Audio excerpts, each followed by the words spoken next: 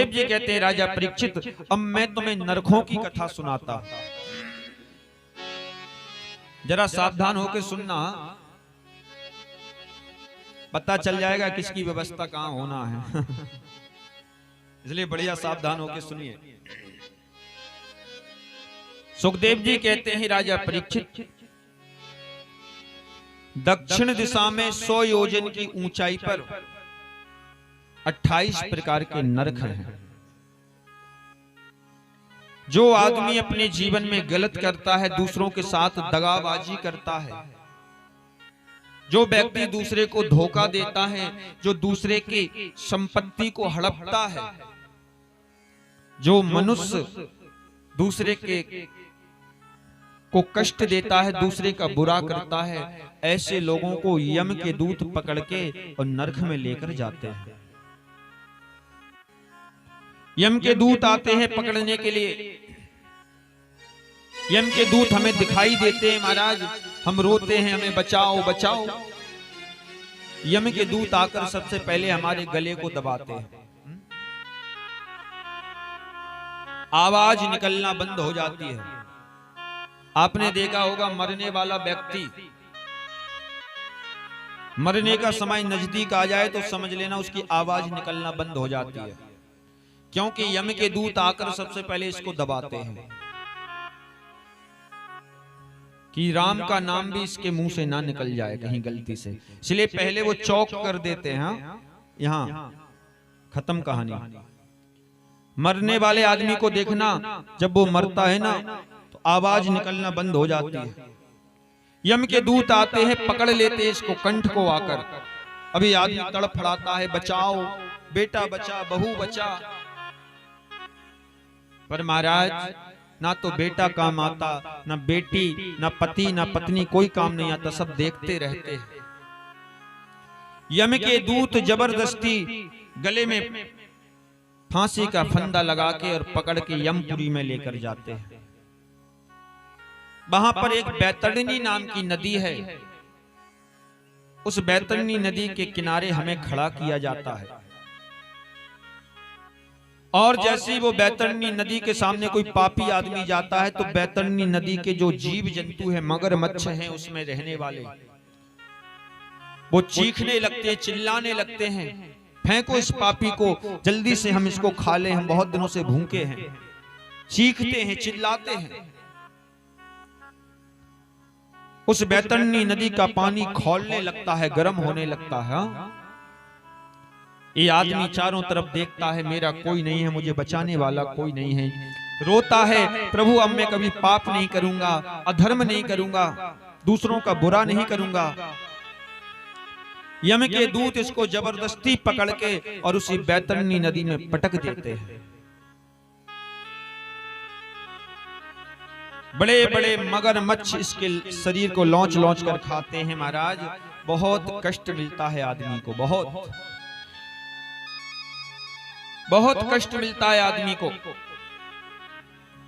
और बैतरणी से निकालने के बाद फिर कुम्मी पाक नरक में डाला जाता है।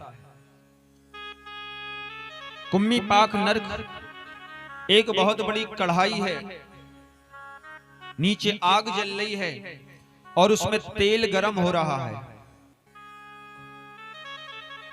और जैसे इस आदमी को डालते हैं महाराज, तो ये समोसे के जैसे फूल कर बाहर आ जाता है गरम तेल में। हाँ, जैसे हमारी माताएं पकौड़ी बनाती ना घर में, जैसे ही पकौड़ी तेल में डालो वो फूल के तैयार, ऐसे इस आदमी को तेल में डालते हैं, यम के दूत पकड़ के और फूल के तैयार हो जाता है समोसे के जैसा। हाँ, उसके बाद कुम्मी पाक नरक में डाला जाता है, महाकुम्मी पाक नरक में डाला जाता है। 28 प्रकार के नरकों में इस आदमी को डाला जाता है। बहुत कष्ट होता है, बहुत यातनाएं मिलती हैं। इसलिए ऐसा कर्म ना करें कि जिससे दूसरे को कष्ट हो, ऐसी वाणी ना बोलें जो दूसरे को सुनने से तकलीफ हो, ऐसा कोई काम ना करें कि हमारे काम के द्वारा दूसरे को कष्ट पहुंचे, दूसरे का बुरा हो। क्यों? क्योंकि समय सबका बदलता है महाराज। यदि आज आप राजा बने हैं, कल राजा कोई और भी बन सकता है। हाँ, सदा जमाना बराबर नहीं रहता, जमाना बदलता रहता है, चक्र चलता रहता है समय का। और कब राजा भिखारी बन जाए और कब भिखारी राजा बन जाए कोई पता नहीं है। हाँ, किसी को कष्ट मत दो, किसी का दिल मत दुखाओ, किसी के साथ बुरा मत करो, क्योंकि आज आप किसी के साथ बुरा कर देंगे, हो सकता है आने वाले समय में आपके साथ भी वही हो जाए जो आपने दूसरे के साथ किया है। हाँ?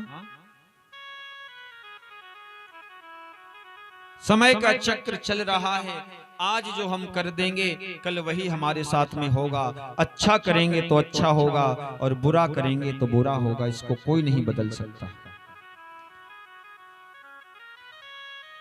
अगर खेत में गेहूं का बीज बो दिया तो गेहूं की फसल तैयार होगी, और धान का बीज बो दिया तो धान की फसल तैयार होगी। इच्छा आपकी गेहूं बोना है कि धान बोना है महाराज? हाँ?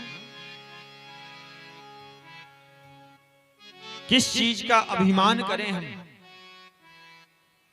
4 पैसे हो गए महाराज, अभिमान में आ जाते हैं, अब मेरे से बड़ा कोई है ही नहीं संसार में। हाँ, 4 पैसे अगर कमा लिए तो अभिमान आ गया। अरे भैया, काहे का अभिमान? तुमसे बड़े बड़े आकर चले गए संसार से, आज नामो निशान नहीं है उनका। एक बड़ी सी गाड़ी हो गई, बड़ा सा बंगला बना लिया, अब तो महाराज हमारे सामने कोई नहीं है टक्कर का, हम ही सब कुछ है। अरे अभिमान तो रावण का चूर हो गया, जो सोने की लंका में रहता था, हम तो घर मकान में ही रहते। हाँ,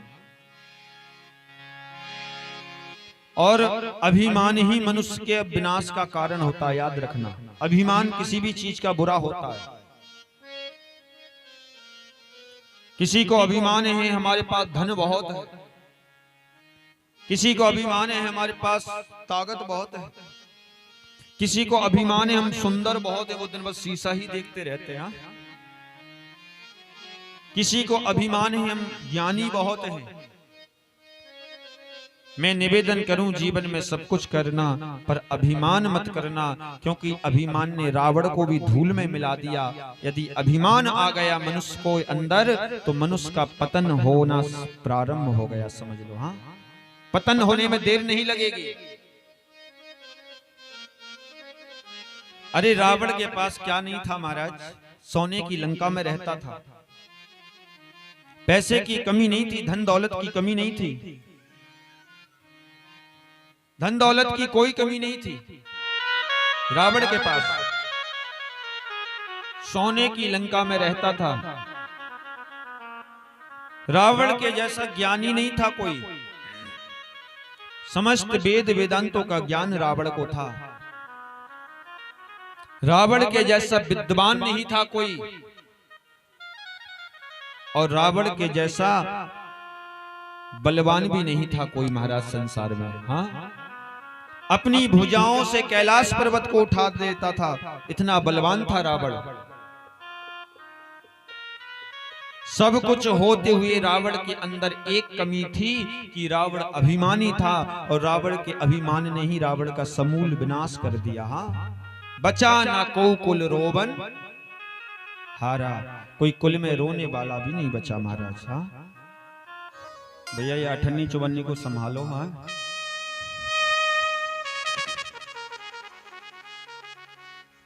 हाँ, ये अठन्नी चौवन्नी को शांति से बैठा दो, क्योंकि अठन्नी चौवन्नी बड़ी खराब है, ये ना सुनेंगे ना सुनने देंगे किसी को। बैठ जाइए बेटा शांति से। हाँ, ये सरकारी स्कूल थोड़ी है। याद आ जाती है बच्चों को सरकारी स्कूल की। हाँ,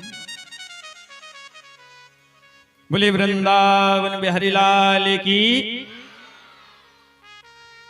कम से कम कथा में बैठे हो, हाँ, थोड़ा बहुत अगर अंदर चला जाएगा तो जीवन सुधर जाएगा। हाँ? क्योंकि वैसे तो आजकल के बच्चों को कथा मथा पसंद ही नहीं आती है।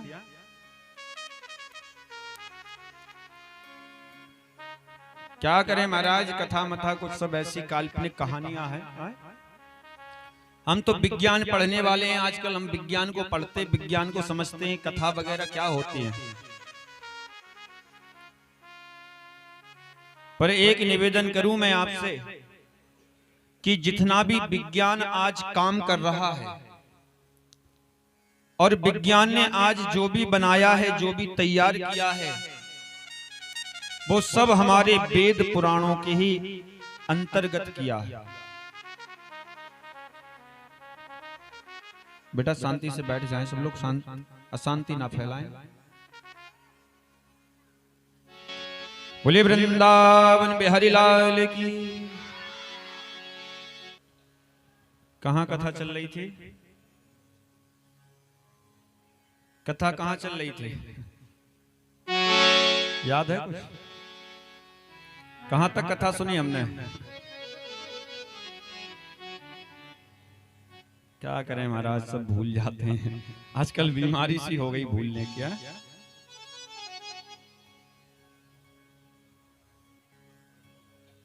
इधर से सुनते तो हैं महाराज, वो निकल जाती है, इधर से रुकती नहीं कथा। पर अभी गाना सुन लो महाराज, पूरा याद हो जाएगा एक ही बार में, एक ही बार में पूरा गाना। एक जगह हम जा रहे थे, रास्ते से ऐसे निकल रहे थे, एक माताजी थी जिनकी उम्र होगी 70 साल, सफेद बाल हो गए थे बिल्कुल, वो कान में लीड लगाए थी बढ़िया, और वो पेड़ पौधों में पानी डाल रही थी, और गाना पता कौन सा गा रही थी? अगर तुम मिल जाओ जमाना छोड़ देंगे हम। अब हम वहां से निकल रहे थे, वो बढ़िया लीड लगाए कानों में, और बढ़िया एक हाथ से वो मग्गा कुछ लेकर वो पानी डाल रही थी छोटे छोटे पेड़ पौधों में, गाना गाती जा रही थी, अगर तुम मिल जाओ जमाना छोड़ देंगे हम, अगर तुम मिल जाओ जमाना छोड़ देंगे हम। अब हम वहां से निकले तो हमने सोचा हो सकता हमने गलत सुना हो, तो हम खड़े हो गए वहीं पर। अब फिर महाराज ने फिर दोबारा से वही लाइन गाई, अगर तुम मिल जाओ जमाना छोड़ देंगे, जमाना छोड़ देंगे हम। हमने माता जी को देखा ऊपर से नीचे तक, माता जी, हमने कहा 70 साल की उम्र है, अगर ये गाना 50 साल पहले गाया होता तो मैच कर जाता आपके ऊपर है, पर अब समय ज्यादा हो गया। अब तो गाना गाना है तो एक ही गाना गाओ कि प्रभु हमें ले जाओ तो संसार छोड़ देंगे हम। प्रभु हमें ले जाओ तो संसार छोड़ देंगे हम। कहने का मतलब जो भी सुना जाए उसको याद किया जाए, वो भविष्य में काम आएगा। हाँ, ये नहीं कि कथा सुनी महाराज, इधर से सुनी इधर से निकालते गए बाईपास। ऐसे कल्याण नहीं होगा, क्योंकि अच्छी चीजें बहुत देर में याद होती हैं, पर प्रयास करें कि जो सुने उसको अंदर उतारें, उसका चिंतन करें, मनन करें, क्योंकि ना जाने कौन सी जगह कौन सा शब्द काम आ जाए और किस शब्द से हमारा जीवन सुधर जाए कोई पता नहीं है। हाँ? क्योंकि भागवत के प्रत्येक शब्द में भगवान बैठे हैं, और किस शब्द को सुनने से हमारे जीवन का उद्धार हो जाए, हमारे जीवन के कष्ट कट जाएं, कोई पता नहीं है। हाँ? सुखदेव जी कहते हैं, राजा परीक्षित आगे अजामिल जी की कथा आती है। अजामिल नाम का एक ब्राह्मण हुआ, एक वैश्या की संगत कर ली तो अजामिल जैसा ब्राह्मण भी पतित हो गया, और अजामिल चोर बन गया, डाकू बन गया। एक दिन संत आए अजामिल के घर पर। संतों ने अजामिल से कहा, अजामिल हम तेरे घर पर आए हैं और हम तुझसे कुछ दक्षिणा चाहते हैं। अजामिल ने कहा, मांगिए, क्या चाहिए? अजामिल से संतों ने कहा कि तुम्हारी पत्नी के गर्भ में जो बेटा है, जो संतान है, इसका जब जन्म हो गए तो इसका नाम तुम नारायण रख लेना, बस यही दक्षिणा हमारी है। अजामिल ने अपने बेटे का नाम नारायण रख दिया। अंत समय में यम के दूत पकड़ने आए अजामिल को। अजामिल चिल्लाने लगा, बेटा नारायण मुझे बचा, बेटा नारायण मुझे बचा। बेटा नारायण तो बचाने नहीं आया, पर मेरे परम पिता वो नारायण बचाने आ गया। अजामिल को भगवान बचाने आ गए। जाओ मेरा भक्त बुला रहा है। पार्षदों से कहा विमान लेकर जाओ। आज भगवान के पार्षद आए और विमान में बैठाल कर भगवान के धाम को लेकर गए। सुखदेव मुनि कहते हैं, राजा परीक्षित, आगे कथा आती है प्रहलाद चरित्र की। एक हिरण्यकश्यपो नाम का दैत्य हुआ, जिसकी पत्नी का नाम है कयाधु। ब्रह्मा जी की तपस्या की और ब्रह्मा जी प्रसन्न हुए तो उसने वरदान मांग लिए, ना मैं दिन में मरूं ना रात में मरूं, ना ऊपर मरूं ना नीचे मरूं, ना घर के अंदर मरूं ना घर के बाहर मरूं, ना अस्त्र से मरूं ना शस्त्र से मरूं, ना आदमी से मरूं ना जानवर से मरूं, और प्रभु आपके बनाए हुए 12 महीने में से किसी महीने में मेरी मृत्यु ना हो। इतने वरदान इसने ब्रह्मा जी से मांगे। चारों तरफ महाराज अधर्म ही अधर्म करने लगा। हिरण्यकश्यपों का अत्याचार बढ़ने लगा। आज भगवान ने इसी के घर में एक भक्त का जन्म करवा दिया, जिसका नाम हुआ प्रहलाद। मैया कयाधु के उदर से एक बालक ने जन्म लिया, जिसका नाम हुआ प्रहलाद। प्रहलाद बचपन से ही भगवान के भक्त हैं।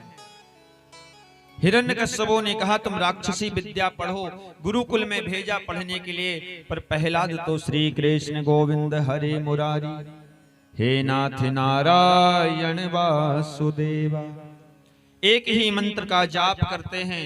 प्रहलाद को मारने का बहुत प्रयास किया, पिता ही दुश्मन बन गया। पहाड़ से गिराया, हाथी से कुचबाया, आग में जलाया, पर जिसको भगवान बचाते हैं उसको संसार में कोई मार नहीं सकता। होनी तो होकर रहे, अनहोनी ना होए, और जाखों राखे राम जी, मार सके ना कोई। जिसको मेरे राम बचाते हैं उसको संसार में कोई मार नहीं सकता। हाँ, आज प्रहलाद की रक्षा भगवान ने की। सुखदेव जी कहते हैं, राजा परीक्षित, हिरण्यकश्यपों ने पूछा प्रहलाद बता कहां तेरे भगवान हैं। प्रहलाद ने कहा पिताजी मेरे भगवान तो कण कण में बैठे हैं, हरि व्यापक सर्वत्र समाना, प्रेम से प्रकट हो मैं। क्या इस खम्मे में तेरे भगवान हैं? प्रहलाद ने कहा हाँ पिताश्री, इस खम्मे में भी भगवान है।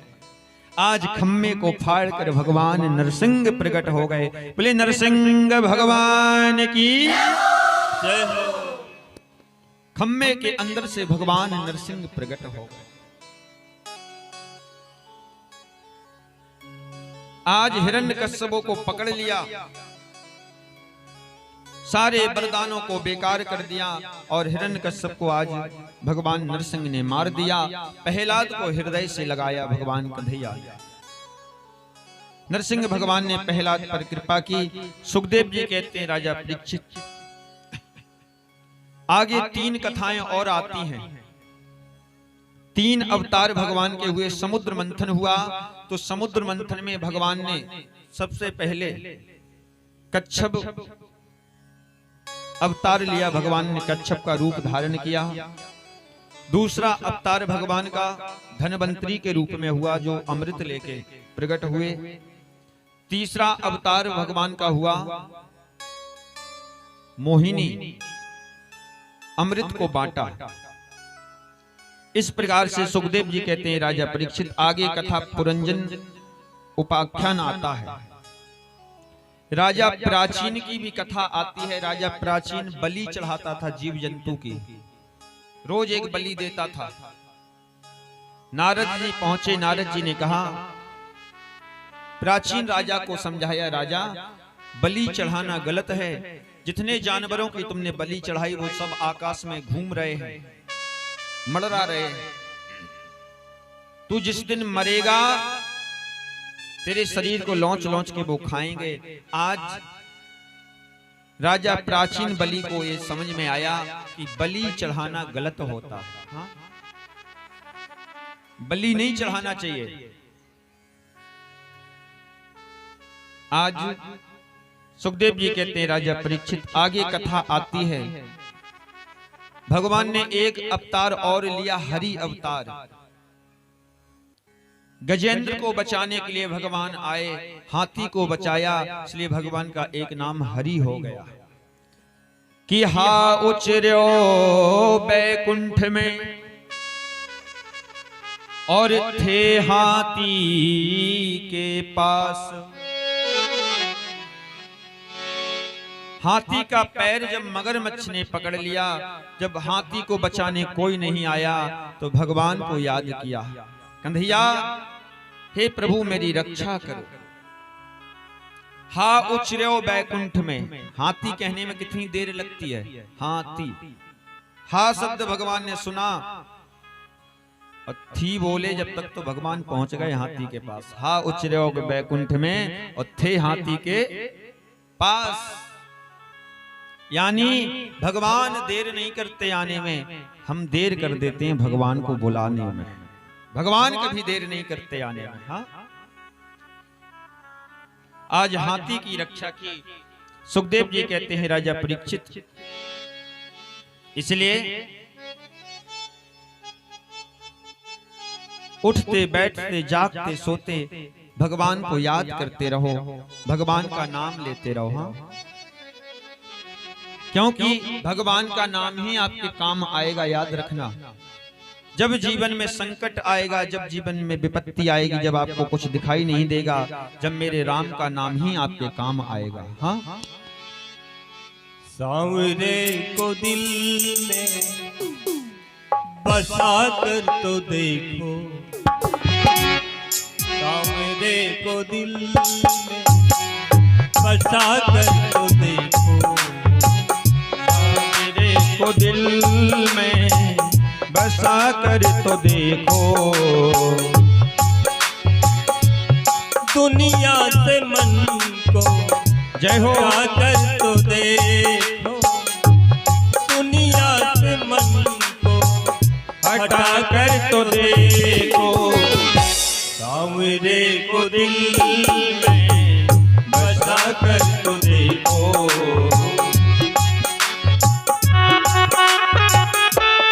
हरि बोल।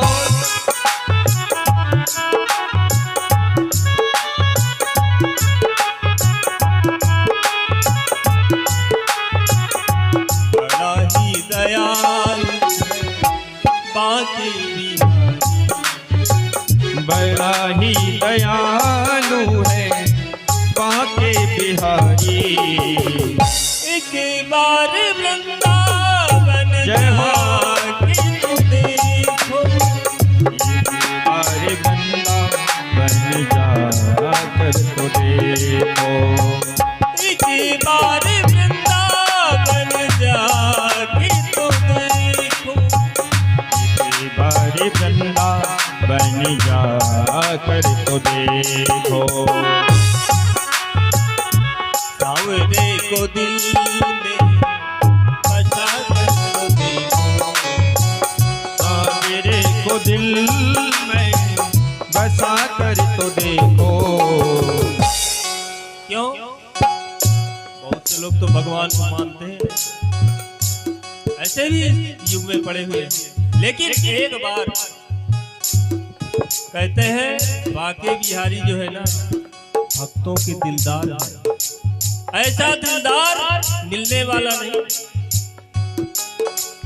बाके बिहारी भक्तों के दिलदार सदा लुटाते हैं कृपा की भंडार, बाके बिहारी भक्तों के दिलदार सदा लुटाते हैं कृपा के भंडार। अब कहोगे कैसे?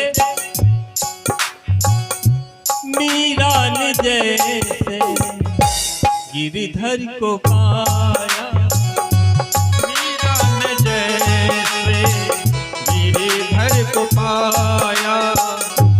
याद आया, ये प्रमाण है मीरा ने गिरधर को पाया जय हो। और प्याला जहेरी का अमृत बनाया, प्याला जहेरी का अमृत बनाया। ऐसे बिहारी जी को तुम अपनी हस्ती मिटा के तो देखो, या मैं मन को हटा के तो दुनिया से मैंने को हटा कर तो देखो, हमरे को दिल में बसा के तो देखो, मेरे को दिल में बसा कर तो देखो।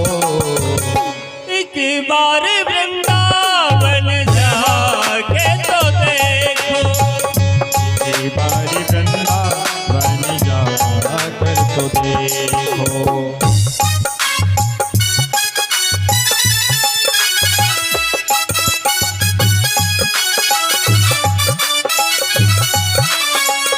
राधे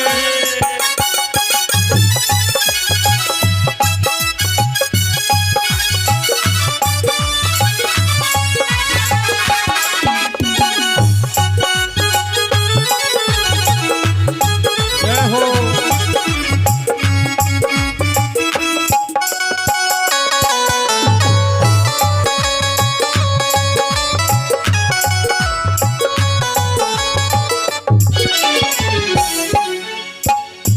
श्याम बिना मेरा कोई नहीं अपना, श्याम बिना मेरा कोई न अपना।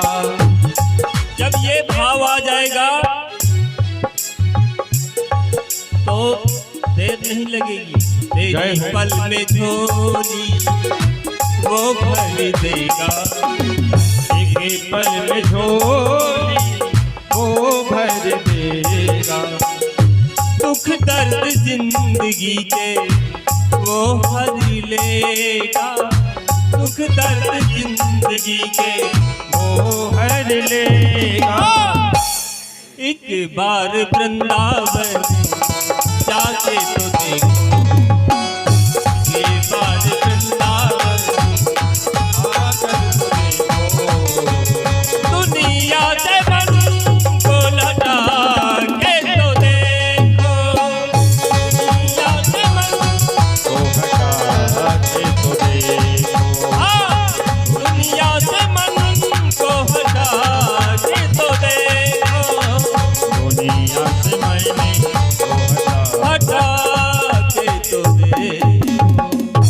बोलिए वृंदावन बिहारी लाल की, बोले भागवत महापुराण की।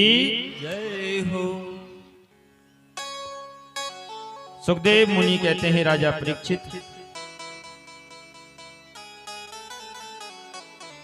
आगे कथा आती है वामन भगवान की। आज राजा बलि को वरदान है कि जिस दिन 100 यज्ञ पूरे हो जाएंगे उसी दिन तुम्हें इंद्रलोक का राजा बना दिया जाएगा। इंद्रलोक का राजा बना दिया जाएगा। आज राजा बलि यज्ञ पर यज्ञ कर रहा है। आज राजा बलि के यहाँ पर वामन भगवान भिक्षा मांगने के लिए पहुंचे।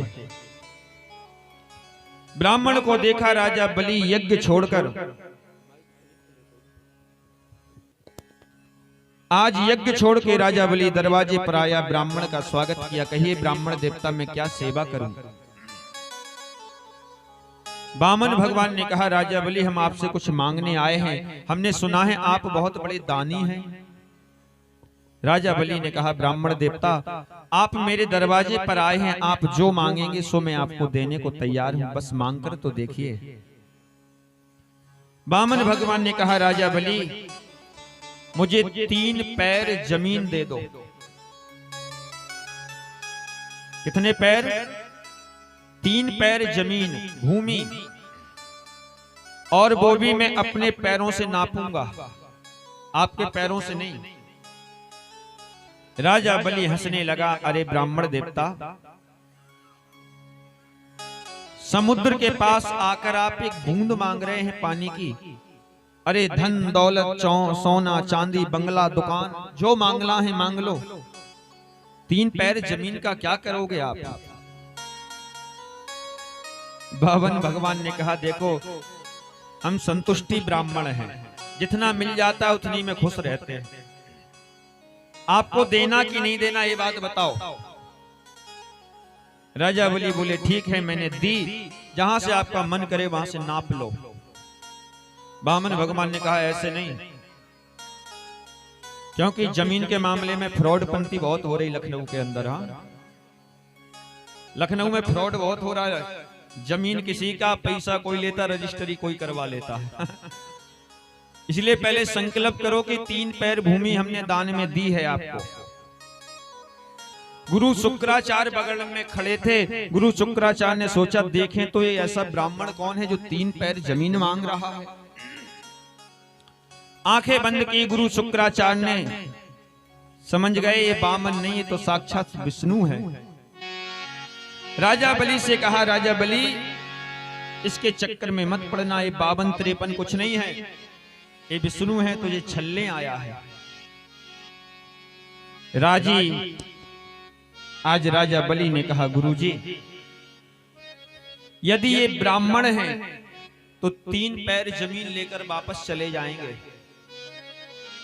और यदि ये भगवान हैं तो मैं अपना हाथ पीछे नहीं करूंगा, क्योंकि मुझसे बड़ा भाग्यशाली और कौन हो सकता है कि आज मेरे दरवाजे पर भगवान मांगने के लिए खड़े हैं, हाथ फैलाकर मांग रहे हैं मुझसे। जय हो। मेरे से बड़ा दानी कौन हो सकता है? आज भगवान मेरे दरवाजे पर मांगने आए हैं। हरि बावन का रूप बनाए बलि राजा के द्वारे, हरि बामन का रूप बनाए बलि राजा के द्वारे आए।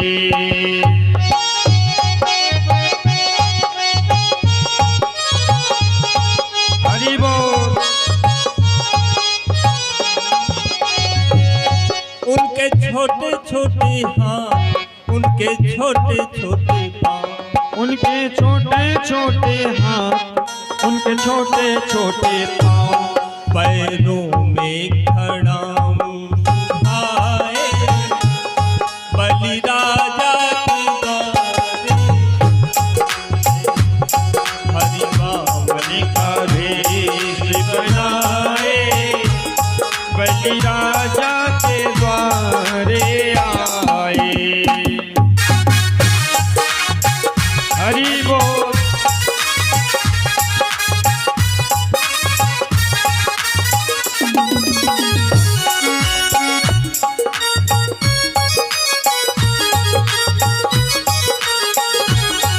झोली कंधे धरी गले माला पड़ी, झोली कंधे धरी गले माला पड़ी, मृग छाला बगल में दबाए, जय हो बलि राजा के द्वारे, मृग छाला बगल में दबाए बलि राजा के द्वारे आए।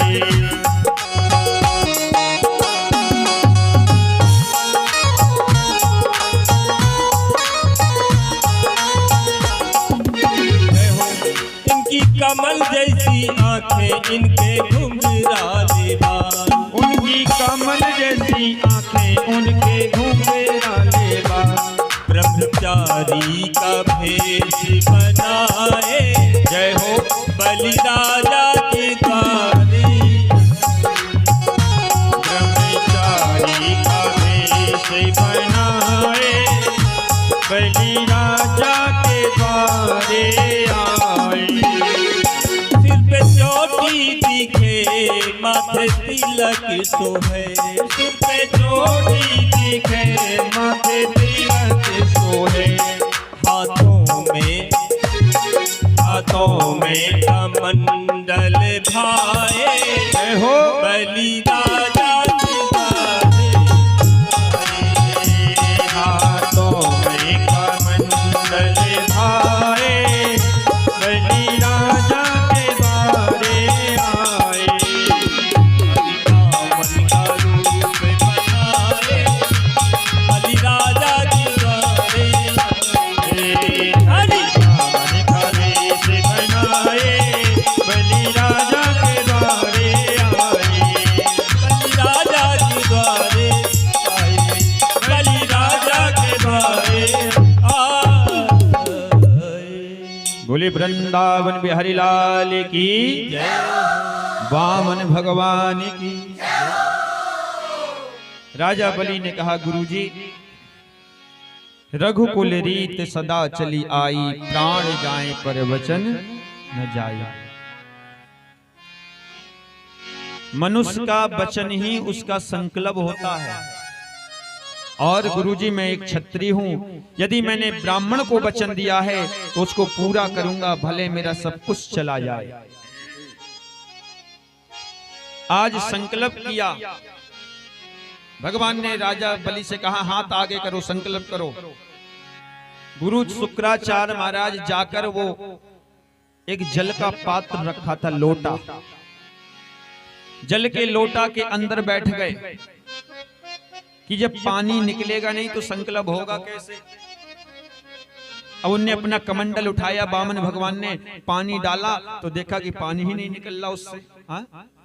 उसके छेद में जाकर बैठ गए। भगवान समझ गए, गुरुजी तुम्हें ठिकाने ही लगाना पड़ेगा। राजा बलि से कहा, राजा बलि कमंडल बहुत दिनों से रखा है, इसमें जंगाल आ गई है अंदर। आसन में से एक कुसा निकाला और जैसे उस छेद में डाला वो कुसा की डंडी, तो गुरुजी की एक आंख गोविंदाय नमो नमः, एक बल्ब फ्यूज।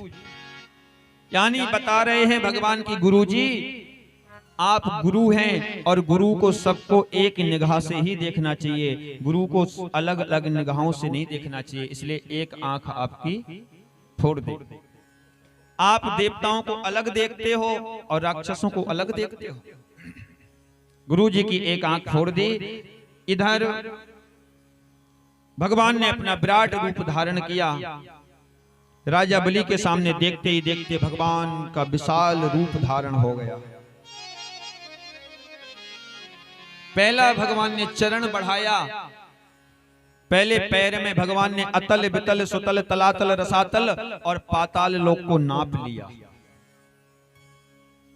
सातों लोगों को एक ही बार में नाप लिया, पृथ्वी के। दूसरा पैर बढ़ाया तो भूलोक भुआ जन सत तप, जो 7 लोक हैं सारे ब्रह्मांड को दूसरे पैर में भगवान ने नाप लिया।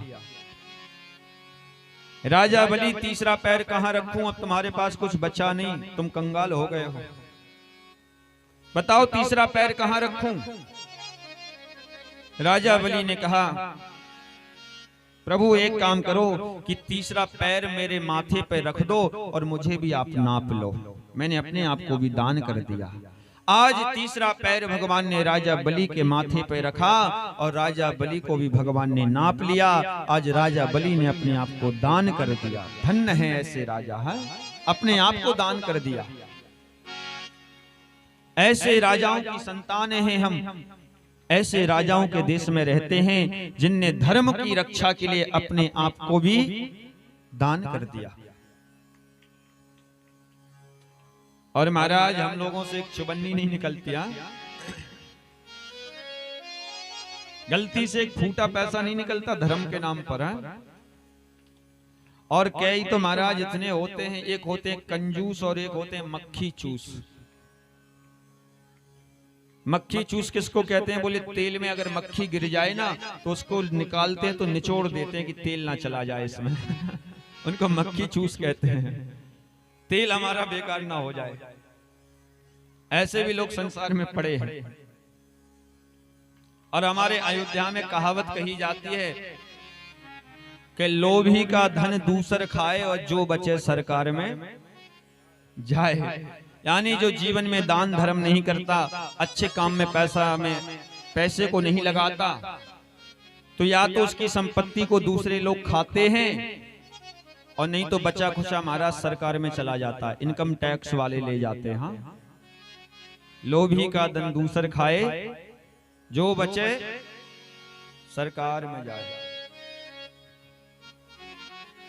इसलिए जितना इन हाथों से निकल जाए भगवान के नाम पर, जितना दान धर्म हो जाए, पुण्य हो जाए, करते रहना चाहिए। हाँ, बोले वृंदावन बिहारी लाल की।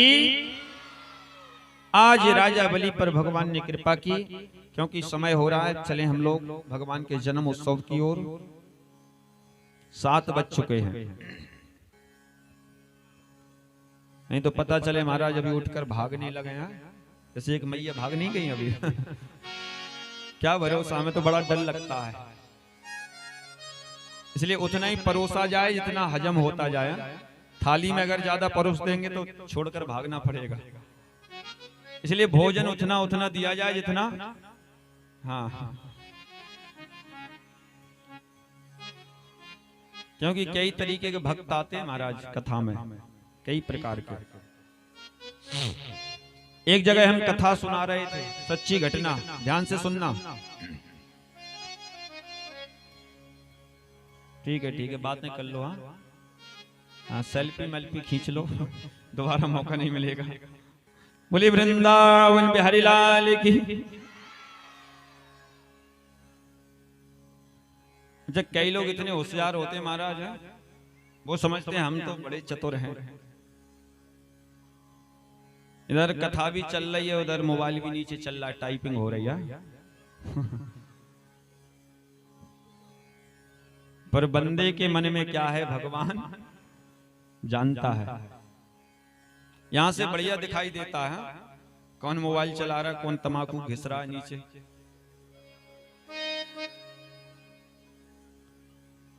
बोले वृंदावन बिहारी लाल की।